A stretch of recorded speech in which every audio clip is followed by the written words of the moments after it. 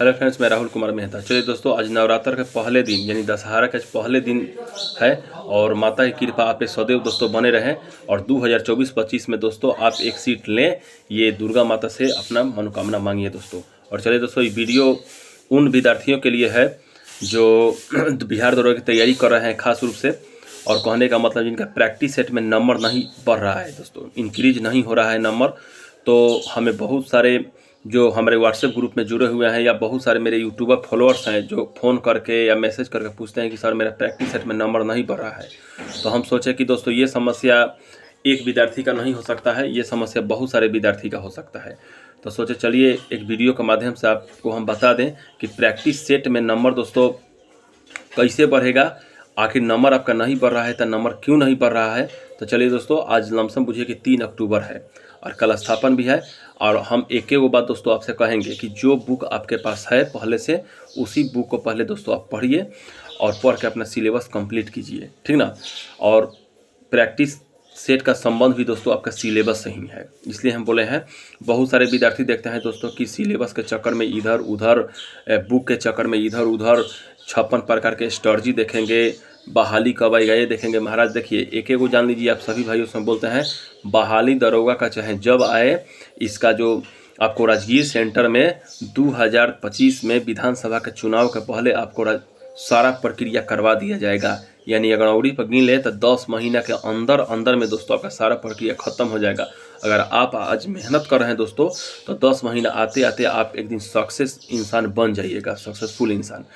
तो यही मानते हुए दोस्तों आप तैयारी कीजिए।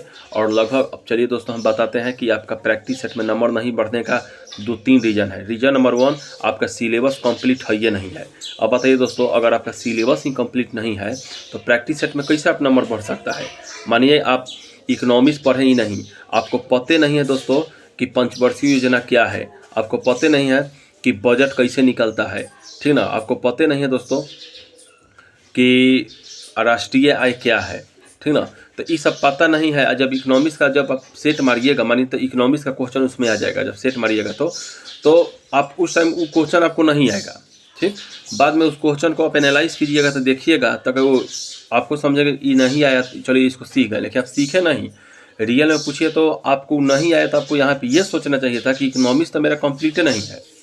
बहुत सारे विद्यार्थी का दोस्तों ये कंप्लेन आता है, तो हम उनको ये कहेंगे कि सबसे पहले आप दोस्तों जिस बुक से पढ़ते हैं उस बुक से अपना सिलेबस कंप्लीट कीजिए, ठीक। कंप्लीट एक बार हो जाए दोस्तों, उसके बाद आप सेट पर भिड़िए। देखिए दोस्तों, सेट मारने का मेन उद्देश्य हम लोग का क्या है।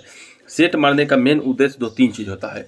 एक नंबर कि नए नए क्वेश्चन भेंट होगा, नए नए क्वेश्चन से हम लोगों का भेंट होता है, जिसमें हम उसका एनालाइज करते हैं। मानिए हम लुसेंट अच्छे से पढ़ लिए हैं, घटना चक्र पढ़ लिए हैं, एसपीडी का सामान्य अध्ययन पढ़ लिए हैं, ठीक। इसके अलावा भी अगर कोई क्वेश्चन दोस्तों हम सेट मारते हैं, और मेरा कोई क्वेश्चन अगर हिस्ट्री का फंस गया, ठीक, जैसे मानिए कि बहादुर शाह जफर के बेटे को किस अंग्रेज ने गिरफ्तार किया था, ये क्वेश्चन दोस्तों इरुटेरिया जो 6 to 12 है ना, उसमें हम देखे थे क्वेश्चन, जो कि लुसेंट में है ये नहीं है।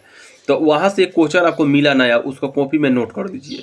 तो अगर हमारा दोस्तों लुसेंट क्लियर है, पूरा क्लियर है, तो मानिए मान के चलेंगे हमारा कि जीके जीएस का 1% मेरा समाप्त है, तो वहाँ से हम क्या करेंगे दोस्तों कि एनालाइज करेंगे क्वेश्चन का, जो भी क्वेश्चन है उसका हम एनालाइज कर लेंगे, उसको कॉपी में नोट डाउन कर लेंगे, ठीक ना।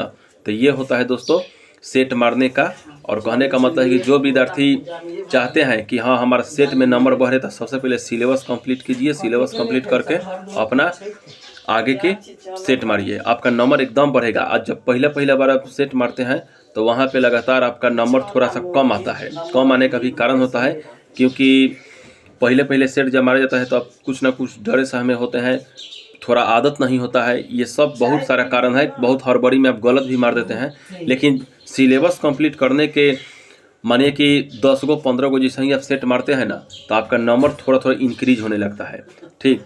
तो ये बात होता है दोस्तों कि आप सेट मारिए, लेकिन सिलेबस कंप्लीट करके मारिए। अगर आधा अधूरा भी सिलेबस है ना दोस्तों, तो आपका सेट में नंबर नहीं बढ़ेगा। एक बार दोस्तों कम से कम 80% आपका सिलेबस कंप्लीट होना चाहिए। मानिए दोस्तों कि यह है लुसेंट, देखिए ये लुसेंट है, इसको एक बार आप खत्म कर लीजिए आराम से।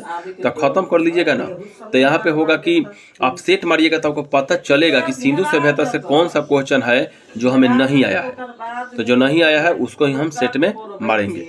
तो चलिए दोस्तों, हम समझ गए होंगे कि मैं जो कहना चाहता हूँ आप समझ गए होंगे। इसलिए आप चिंता बिल्कुल मत कीजिए कि आपका सेट में नंबर काहे नहीं बढ़ रहा है दोस्तों, ठीक ना। मेन प्रॉब्लम यही है, मेन प्रॉब्लम कुछ नहीं है। जो भाई का सिलेबस भी कंप्लीट है या समझिए कि और उनका नहीं नंबर बढ़ा है, इसके पीछे सबसे बड़ा रीज़न एक ही है कि नया में नंबर थोड़ा कम बढ़ता है। आप एनालाइज कीजिए, 10-20 मारिए, मारने के बाद आपका खुद नंबर बढ़ने लगता है, ठीक ना। एक हैबिट भी होना चाहिए दोस्तों। तो चलिए दोस्तों, हम फिर आप लोगों को दशहरा की बहुत बहुत शुभकामना देते हैं। पहला दिन है, आप लोग पूजा पाठ कीजिए और अपना तैयारी एकदम लगे रहिए। जय हिंद, जय भारत।